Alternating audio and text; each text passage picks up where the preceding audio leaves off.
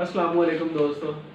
आज हम general discussion करेंगे एजुकेशन सिस्टम को लेके। और जब हम एजुकेशन सिस्टम की बात करते हैं तो हम जनरली बात करते हैं टीचिंग प्रैक्टिसेस की और एग्जामिनेशन सिस्टम की बात करते हैं और करिकुलम की बात करते हैं।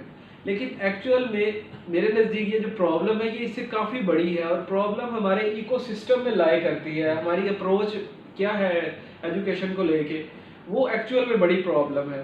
तो आज की ये जो जनरल डिस्कशन होगी इसमें हम इसको इसी डायरेक्शन में लेके चलेंगे कि हमारी अप्रोच क्या है और इसी अप्रोच की वजह से हमें इश्यूज कौन से देखने को मिलते हैं और साथ हम नासिर साहब से इनका सॉल्यूशंस भी जानने की कोशिश करेंगे। नासिर साहब जो है ये एजुकेशनिस्ट हैं, पिछले 5 साल से ये एजुकेशन डिपार्टमेंट के साथ मुंसलिक हैं और ये एजुकेशन डिपार्टमेंट को काफ़ी जगह पे रिप्रेजेंट कर चुके हैं। तो चलिए आए नासिर साहब को वेलकम करते हैं और फिर वन बाय वन जो इश्यूज हैं वो हम डिस्कस करते हैं। नासिर साहब क्या हाल है सर आपका? करम अल्लाह का।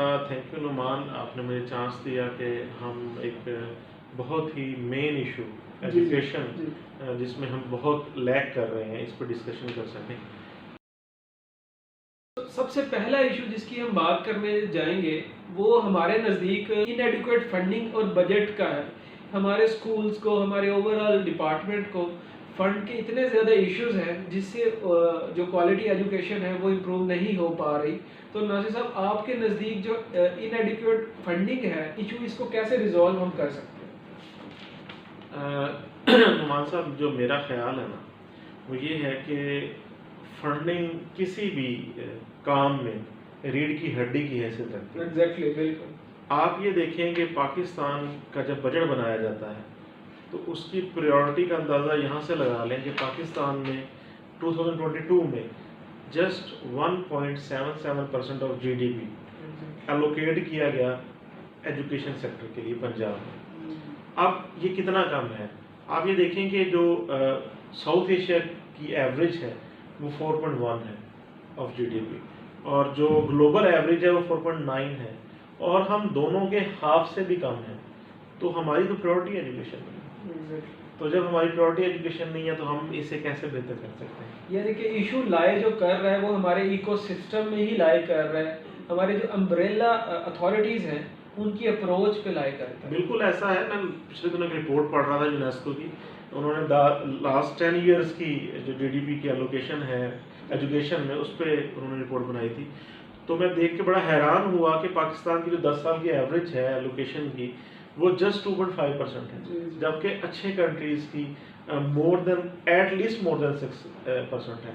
अगर आप ग्रीनलैंड की देखें, नामीबिया की, फिनलैंड की, नॉर्वे की, तो ये 10 to 11% तक जाती है, जो कि पाकिस्तान से बहुत ज़्यादा है और वी आर जस्ट इंजेक्टिंग 1.77%। आप कुछ दिन पहले वो मिसाल दे रहे थे DPI वाली। जी, वो भी हमारे ऑडियंस के साथ शेयर करें। बिल्कुल, मैं वो शेयर करूँगा कि आपने बात की इकोसिस्टम की प्रायोरिटीज़ की, तो ये बड़ी उससे लिंक है कि 2021 में मीटिंग हुई DPI साहबा के साथ।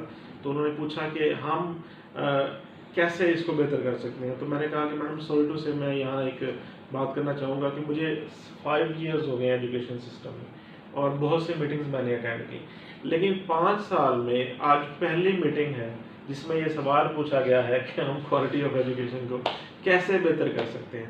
5 साल की किसी मीटिंग में एजुकेशन, क्वालिटी ऑफ एजुकेशन में बात ही नहीं हुई। हमारी हर मीटिंग डॉक्यूमेंटेड काम पे शुरू होती थी और उसी पर ख़त्म हो जाती थी कि डेंगू एक्टिविटीज़ कैसे करनी है, किन टीचर्स की पोलियो की ड्यूटी लगानी है, किन की हमने इलेक्शन ड्यूटी लगानी है, मॉनिटरिंग सिस्टम कैसे बेहतर करना है। यानी कि तमाम वो काम था जो डॉक्यूमेंटेड तौर पे बेहतर हो सकता था, लेकिन कोई प्रैक्टिकल उसके लिए एक्सपोजर नहीं था। मैं आपको बताता चलूँ यहाँ पे कि पहले मैं बैंकिंग सेक्टर में था, तो बैंकिंग में definitely customer is the king. तो हमारी हर मीटिंग में कस्टमर हमारा मेन फोकस होता था। हमने उसको सेटिस्फाई करने के हवाले से, उसकी प्रायोरिटीज़ के हवाले से अपने टारगेट सेट करने होते थे। अब यहाँ जो मेन स्टेक होल्डर है एजुकेशन का वो है बच्चा, स्टूडेंट। अब स्टूडेंट मेन स्टेक होल्डर है और सबसे जो लीस्ट प्रायोरिटी जिसको दी जाती है वो स्टूडेंट है। अब ये स्टूडेंट ही है जिसकी वजह से टीचर्स हायर किए जाते हैं, जिसकी वजह से ऑफिसर्स हायर किए जाते हैं, जिसका पूरा डिपार्टमेंट है, थाउजेंड्स ऑफ पीपल इससे अर्निंग कर रहे हैं, लेकिन जो लीस्ट कंसर्न है वो है स्टूडेंट। तो आप देख लें कि क्या इसमें क्या कर सकते हैं। इस पे अगर हम बात करें अथॉरिटीज़ की अप्रोच की बात करें तो मेरे ख्याल है जो ट्रेनिंग्स होती हैं, लीडरशिप ट्रेनिंग्स होती हैं, वो काफ़ी हेल्पफुल साबित हो सकती हैं। अगर हम इशू की बात करें तो जो क्वालिटी टीचर्स की इंडक्शन है वो भी नहीं हुई काफ़ी टाइम से, तो उनका जो एक बहुत बड़ा गैप है वो भी एक बहुत बड़ा इशू है हमारे डिपार्टमेंट का। हमें वैकेंट सीट्स ही बहुत ज़्यादा है हमारे स्कूल्स में। जी नुमान, मैं खुद इस हवाले से पिछले दिनों देख रहा था कि लास्ट 5 ईयर से कोई रिक्रूटमेंट नहीं जी हुई। जी बिल्कुल। और जो 2018 में लास्ट रिक्रूटमेंट हुई है उस टाइम से अब तक काफ़ी लोग अच्छी जॉब्स के कोशिश में यहाँ से मूव कर चुके हैं। तो हमारे पास जो इस टाइम पंजाब में वेकेंट पोजीशंस है वो 1,08,000 है, जो कि मेरा ख्याल है बहुत ज़्यादा है। जी जी अब जहाँ इतने टीचर्स की कमी है और government is not taking any action to hire the new teachers, तो आप ये देखेंगे हम कैसे इतने बच्चों को आपने अभी बात की कि 1 लाख जो सीट है वो खाली है, जी जी, तो ओवरऑल सीट्स कितनी है हमारी? ओवरऑल 4,500 सीट्स हैं। अच्छा। 4,05,000 ऑलमोस्ट। सही। तो और 4 लाख में से अगर 1 लाख सीट ही खाली है, यानी 25% जो हमारे पास सीट्स हैं वो वैकेंट पड़ी हैं।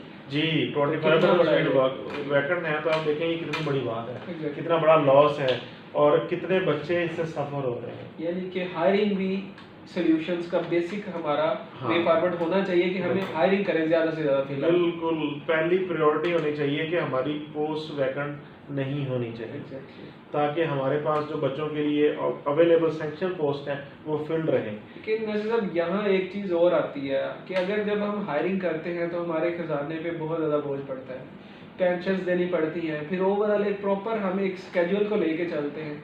या तो हमारी हायरिंग की अप्रोच ही चेंज हो, हम सस्टेनेबल हायरिंग करें, और पेंशन्स अगर हमारा डिपार्टमेंट फाइनेंस कर सके तो हम पेंशन्स को अलाउ करें। सर, आप क्या आपने कहते हैं इस बड़ा बारीक नुक्ता उठाया है इस मामले पे। देखें, आप किसी भी डिपार्टमेंट को ले लें, अगर आप उसमें बेहतरी चाहते हैं तो आपका जो प्रायोरिटी होगी वो ये होगी कि आप एजुकेशन में बेहतरी लेके आएं। तो मेरी सजेशन है कि एजुकेशन में आपको कंप्रोमाइज़ करना पड़ेगा, आपको टीचर्स हायर करने पड़ेंगे और with the utmost facilities hire करने पड़ेंगे कि आप टीचर को जितना भी फैसिलिटेट करें वो कम है। अब पाकिस्तान में अगर आप देखें, जो सबसे लीस्ट फैसिलिटेट तबका है वो टीचर्स का है। तो आप कैसे सोच सकते हैं कि एक सफ़र करता हुआ टीचर एक अच्छा जज बना सके, एक अच्छा ब्यूरोक्रेट बना सके, एक अच्छा पॉलिटिशियन बना सके? ये पॉसिबल नहीं है।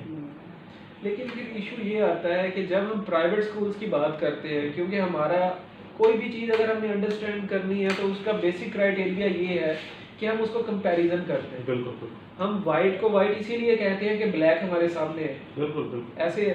तो जब हम प्राइवेट स्कूल्स का देखते हैं ओवरऑल सेटअप, वो काफ़ी ज़्यादा उनका एजुकेशन सिस्टम अच्छा है, वहाँ तो सैलरीज बहुत कम है, और हमारे एजुकेशन सिस्टम के अंदर हमारे टीचर्स की सैलरीज बहुत ज़्यादा है, लेकिन ओवर द एंड हमें जो आउटपुट नज़र आती है वो बहुत कम है। सर, इसके पीछे जो बड़ी वजह है ना वो अनएम्प्लॉयमेंट है, कि पाकिस्तान में एम्प्लॉयमेंट अपॉर्चुनिटीज़ नहीं हैं, जिसकी वजह से जो पढ़ा लिखा नौजवान है ही हैव नो ऑप्शन, उसके पास ऑप्शन ही नहीं है।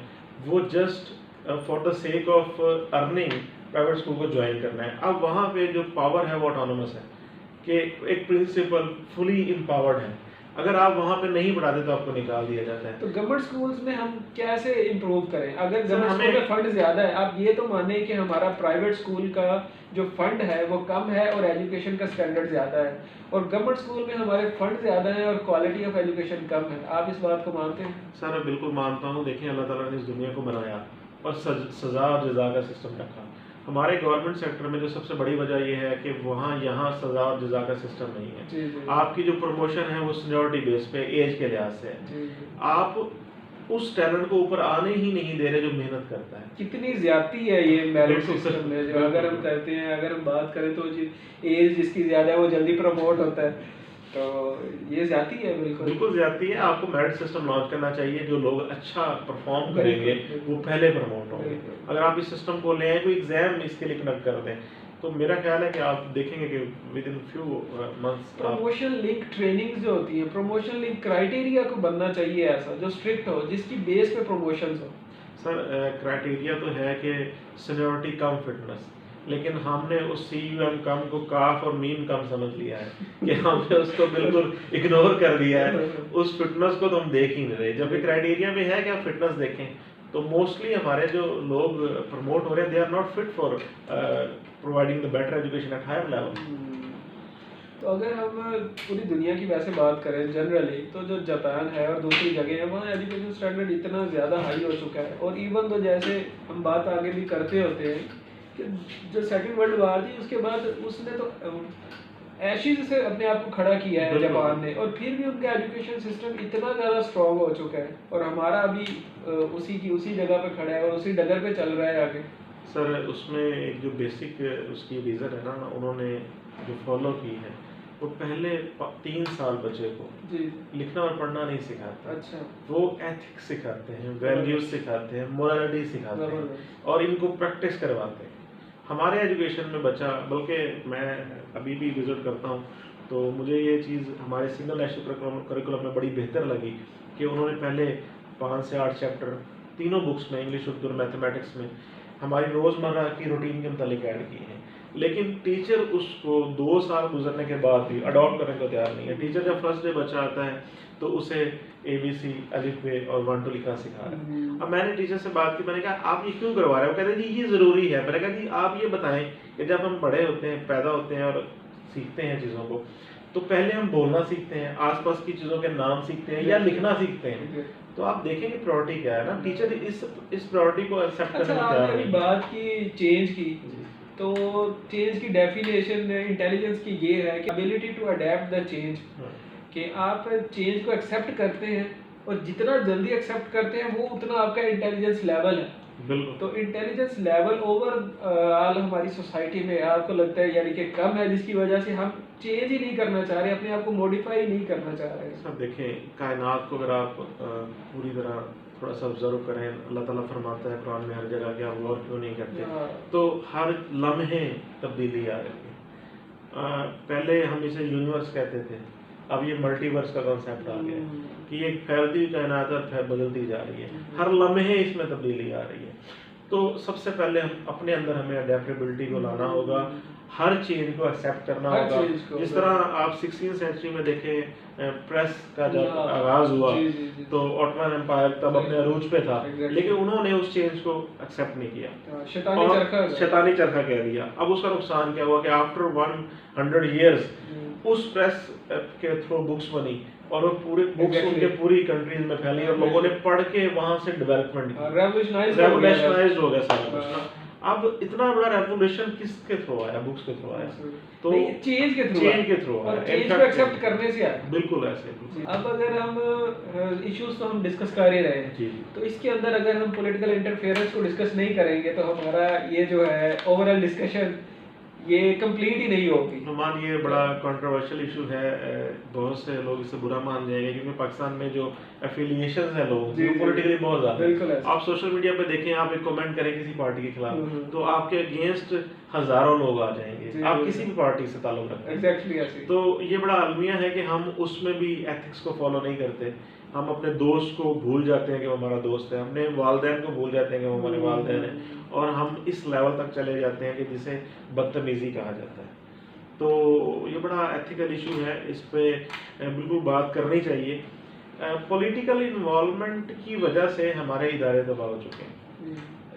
इतना ज़्यादा सिफारिश कल्चर है कि जिस बंदे को कोई जानता नहीं है वो एक दिन की छुट्टी भी अवेल नहीं कर सकता, और जिसको कोई जानता है वो टीचर जिसके तल्लुक अच्छा है पॉलिटिकली, वो पूरा साल स्कूल नहीं आता, वो आर्मी डेपुटेशंस पे रहता है, वो मुख्तलिफ महकमों को सर्व करता है लेकिन अपने डिपार्टमेंट को सर्व नहीं करता। इसे हमें एजुकेशन की हद तक एटलीस्ट ज़ीरो करना पड़ेगा अगर हम वाकई बेहतरी लाना चाहते हैं। जो बंदा जिस प्लेस के लिए हायर हुआ है, जिस काम के लिए हायर हुआ है, उससे वो काम हमें लेना पड़ेगा अगर हम एजुकेशन में बेहतरी चाहें। कोई रोकथाम के लिए हमें स्टैंड लेना चाहिए, और इसमें स्टैंड सिर्फ यही नहीं है कि गवर्नमेंट ले सकती है, तमाम ऑफिसर्स भी ले सकते हैं, टीचर इटसेल्फ ले सकता है कि वो खुद सोचे कि उसकी प्रायोरिटी क्या है, क्या उसकी प्रायोरिटी एजुकेशन इम्पार्ट करना है या उसकी प्रायोरिटी किसी और डिपार्टमेंट को सर्व करना है, क्या वो हायर एज ए टीचर हुआ, क्या उसके अंदर टीचिंग के जर्म्स हैं, अगर नहीं है जब तो he should choose another department बिल्कुल टू सर्व द कंट्री। ऐसे ही है। अब तो ऐसे इलेक्शन ड्यूटीज़ होती हैं या मुख्तलिफ ड्यूटीज़ हैं, उनको ख़त्म होने के बाद भी उन टीचर्स को दोबारा बुलाना पड़ता है अपनी प्लेस ऑफ पोस्टिंग। नुमान बड़ा प्यारा आपने बात कर दी, मैं इस पे गवर्नमेंट को एक हल देना चाहूँगा और ये हल टू वे है। आप ये देखेंगे अगर आप एक्स्ट्रा ड्यूटीज़ में उन लोगों को इन्वॉल्व कर लें जो हमारी यूथ अनएम्प्लॉयड है, तो आप ये देखेंगे उनको भी एक सोर्स ऑफ अर्निंग मिल जाएगा, उनको एक एक्सपोजर मिल जाएगा, एक तरह की इंटर्नशिप मिल जाएगी, तो वो उससे कुछ अर्निंग करके हम देखें हम ऑलरेडी हमारे जो टीचर्स हैं या हम लोग हैं हम तो ऑलरेडी एम्प्लॉयड हैं, we are already getting salaries, तो ये जो एक्स्ट्रा ड्यूटीज हैं क्यों ना हम उन लोगों को इसके अंदर इन्वॉल्व करें तो उनके लिए बेनिफिशियल हो जाएगा। साहब हम जो सारी ये डिस्कशन कर रहे हैं मैं इस डिस्कशन के दरमियान भी कई दफ़ा ये थॉट मेरे जहन में आया कि हम कई ऐसे इश्यूज को डिस्कस कर रहे हैं जो बहुत ज़्यादा कंट्रोवर्शियल है। बिल्कुल ऐसे, बिल्कुल ऐसे। और मेजॉरिटी ऑफ द जो लिसनर्स हैं उनके इसके साथ इख्तलाफ हो सकते हैं, लेकिन हम एक बात आपके साथ क्लियर कर दें कि ये डिस्कशन इसकी इंटेंशन बिल्कुल प्योर है और इस बारे में हमें कोई शक नहीं है कि हम एजुकेशन डिपार्टमेंट को बेहतर बनाने के लिए, इसको प्रोग्रेसिव बनाने के लिए ये सारा काम कर रहे हैं। इसमें ना नुमान मैं एक चीज़ ऐड करूँगा कि देखें कंट्रोवर्शियल होना असल पे ये कोई इशू नहीं है। आपकी जो राय है वो मेरी राय से ऑपोजिट होना ये कोई मसला नहीं है, ये हमारी सोसाइटी में मसला बना दिया गया है, बल्कि आपकी राय डिफरेंट होना ये बड़ा एक अच्छा पॉजिटिव पॉइंट है। पॉजिटिव क्रिटिसिज्म एक अच्छी चीज़ है। अगर हम बेहतरी लाना चाहते हैं तो ये एक अच्छी चीज़ है कि हमारे पास मुख्तलिफ राय हैं लोगों की, ज़रखेज़ माइंड है हमारे पास। बिल्कुल, अगर एक ही लाइन को फॉलो करने वाले लोग होंगे तो फिर प्रोडक्टिव जो है काम नहीं हो सकेगा, ग्रोथ नहीं हो सकेगी, प्रोडक्टिविटी नहीं हो सकेगी। बिल्कुल ऐसे ही है। तो हमें हमारे अंदर ये होना चाहिए कि हम दूसरों की राय को एक्सेप्ट करें, हम इस बात को समझें कि दूसरा गलत नहीं है, मुख्तलिफ है।